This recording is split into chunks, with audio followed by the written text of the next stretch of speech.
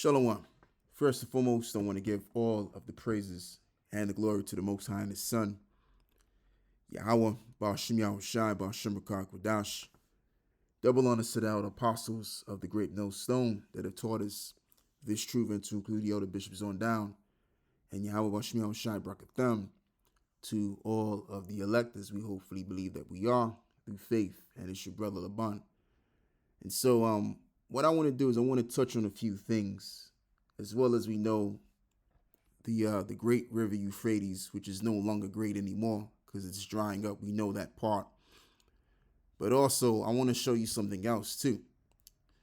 So let's read Revelation 16 and 12. And the sixth angel poured out his vial upon the great river Euphrates, and the waters thereof was dried up, that the way of the kings of the east might be prepared. So we got the fact that it's dried up.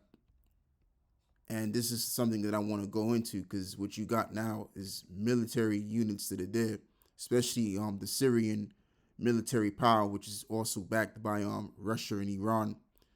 As I was going into live since yesterday, I was going into this stuff. And that's basically the stuff that we see, when we check out the news and everything as to what's being had. And all this very well shows you is that the Bible is yet once again true. It's all about prophecy, and this is what we look forward to and seeing more of, which is going to once again indicate to us that the Lord is definitely on the verge of making his second return. And as well as Matthew's 24 puts it, that you're going to hear wars and rumors of wars, but the end will not be as of yet, because there's other things that has to fall into fruition first. But still, yet, Yahweh Shai, again, is definitely coming back on the face of the earth. All right. And when we look at these prophecies playing out, what more other way can I really put it? It just showcases the point that that's what that is. So what I want to do is I want to read a little bit of this. So with saying what I'm saying here, let's get into it. As this reads over here, in early 2026, the Euphrates River has become a critical front line in Syria, separating major military factions following the collapse of the former Assad regime, which I believe, Bashar al-Assad, I don't know if he's still in power or not. So as this read said, dividing line, the river functions as a physical border between the Syrian Arab army, controlled by a new Damascus-based government, and the U.S.-backed Syrian Democratic Force, SDF, closed a military zone since January 2026. The Syrian army declared all areas west of the Euphrates, which is the West Bank, a closed military zone. After clashes with the SDF, civilians have been warned to evacuate these areas due to active hostilities and reports of mining at key infrastructures like the Shoab al-Dakr bridge, if I'm pronouncing that correctly. So when we go down here, even Russia's down there too. As I've already said, that Russia's backing the Syrian military too, which ties into the book of Ezekiel 38 as well. Russia aerospace and ground forces continue to support the Damascus government's effort to reclaim the Eastern Bank, just like it reads in Ezekiel 38 too, that Gog and Magog, or in this case, the Russians, which are posed as your current Medes, but really the Edomites, because that's where the Medes used to dwell in. The official Medes, which the official Medes are the people of Japhet. So in prophecy, which would state, since they've been doing this since the Obama administration, they used to send those S3, S400s down there in Syria. And so there you got it, right there, that they shall be a guard unto them. All right. Strategic importance, resource control. The Eastern Bank holds the majority of serious oil wealth and vital hydroelectric dams currently under Kurdish-led administration. So that's all I got to read. I wanted to show that you have military powers that are down there. Once again, as this reads, and the sixth angel poured out his vial upon the great river Euphrates, and the water thereof was dried up, that the way of the kings of the east might be prepared. So that's already happening right now. All right, so now what I want to do here is I want to read something else, and that is in the book of Joel 3 and verse 12. As this reads, let the heathen be wakened and come up to the valley of Jehoshaphat, for there will I sit to judge all of the heathen round about. Put ye in the sickle, for the harvest is ripe. Come and get ye down, for the press is full, the fats overflow, for their wickedness is great. So the time is approaching that judgment will sit, that the nations would come to blows, and that's going to be the Lord's judgment, as well as it's written that the Lord's indignation is going to be had right through those nuclear intercontinental ballistic missiles, which is the weapons of the Lord's indignation. And that's how the Lord is going to express his righteous anger among these nations. And it's all being prepared in the east. So as this reads too, multitudes of the valley of decision, for the day of the Lord is near in the valley of decision. Let me read this again. So as this reads over here, Joel 3 and verse 12, let the heathen be wakened, in other words, stirred up, and come up to the valley of Jehoshaphat, for there will I sit to judge all of the heathen round about. And every time I read this particular verse, it always brings me to that history in ancient Israel, as you can read in the book of 2 Chronicles, chapter 20. And there's a particular verse where it actually goes into how, and verses onwards from that verse, how you had the Ammonites, the Moabites, and many of those other nations there that wanted to invade Judah. And Jehoshaphat was afraid of that situation that was going to be had, but it wasn't. What the Lord was going to do, which it was done, is that them nations collided and warred against themselves instead. And so by the time all of that was all said and done, there was nothing more than dead bodies around. And so that's how the Israelites were taken care of, and the Lord delivered them out of that situation. All right. So in this third woe, which is being prepared right around this time in this generation, which we're already in, just to correct myself just a little bit. This is going to be the war that's going to knock a lot of these niggas to powder among these nations. This is going to be the war that's going to bring an end to these nations overall. And this is how the Lord is going to, show forth his indignation, which means righteous anger. All right. So as this reads, for there will I sit to judge all of the heathen round about.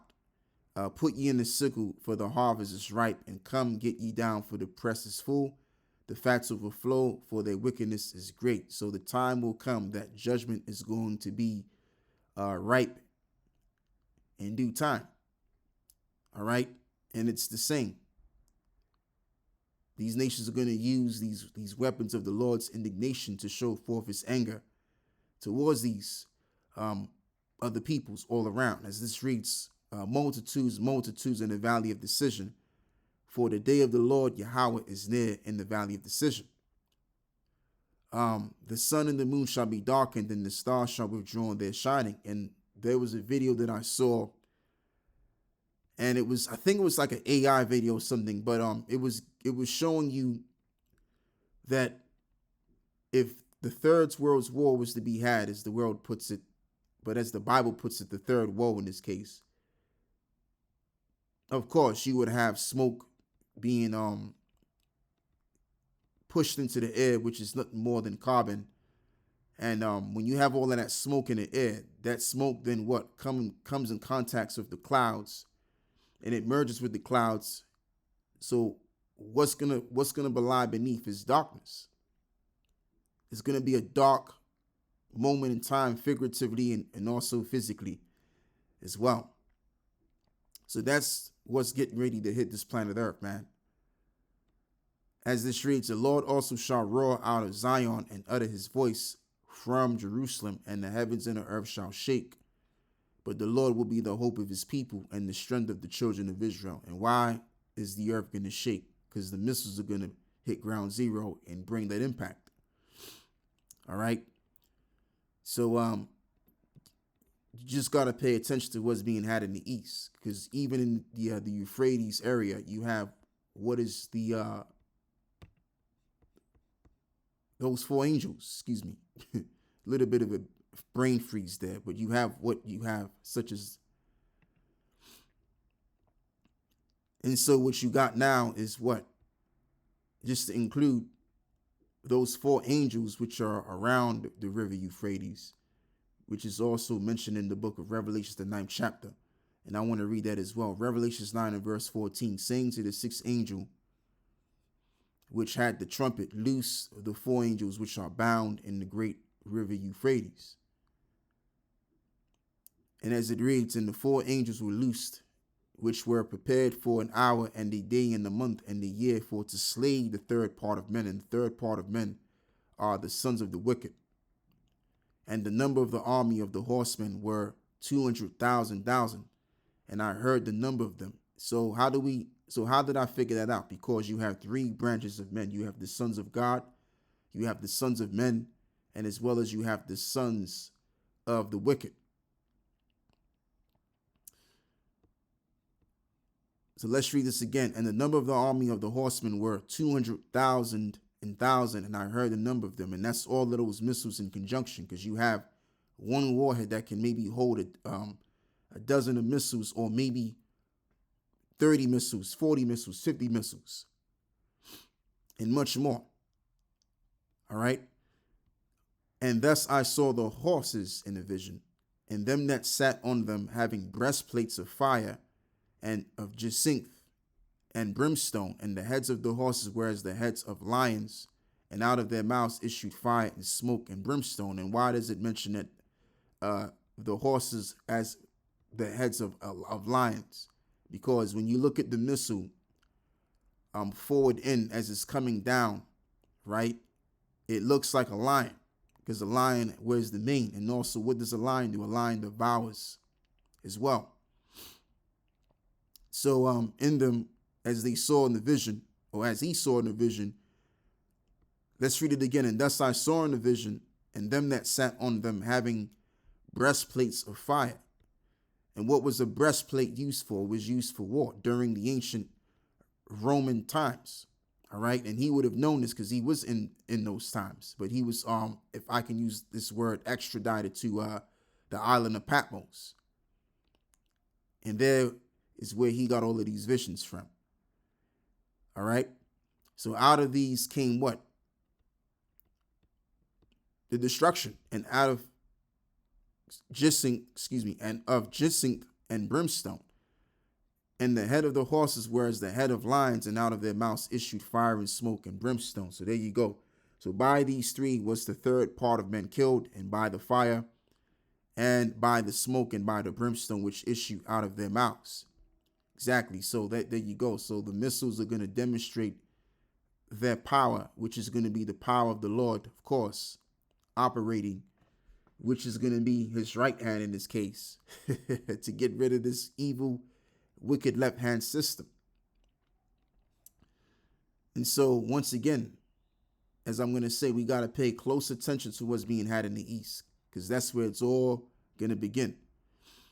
And as this reads too, Revelation 16 and 16, and he gathered them together into a place called in the Hebrew tongue Armageddon, or Harmageddon, which means the hill of troops, or the mount of troops. And the mount of troops is going to build up, as Joel puts it, and what is called the Valley of Jehoshaphat. Now, the Valley of Jehoshaphat is in Jerusalem. And that doesn't necessarily mean that all of the troops are going to gather in Jerusalem. No. What it's talking about is that we got to be aware of the east. All right? Because in the east, you have those four angels that are bound in the great river Euphrates, and they're going to be responsible for this nuclearization, if I could put it that way instead. And so there you have it. But these angels are being held back because other things needs to come to pass first. So that's why all of this is being had right now. And you have the building up of the military units in that region, around the Euphrates area. So that's all I got to say with this. I'm going to close out giving all of the praise and the glory to the Most High and His Son, Yahweh Bashmiel Shai Bashim Rakah Kwadash. And with that, I'm out. Shalom.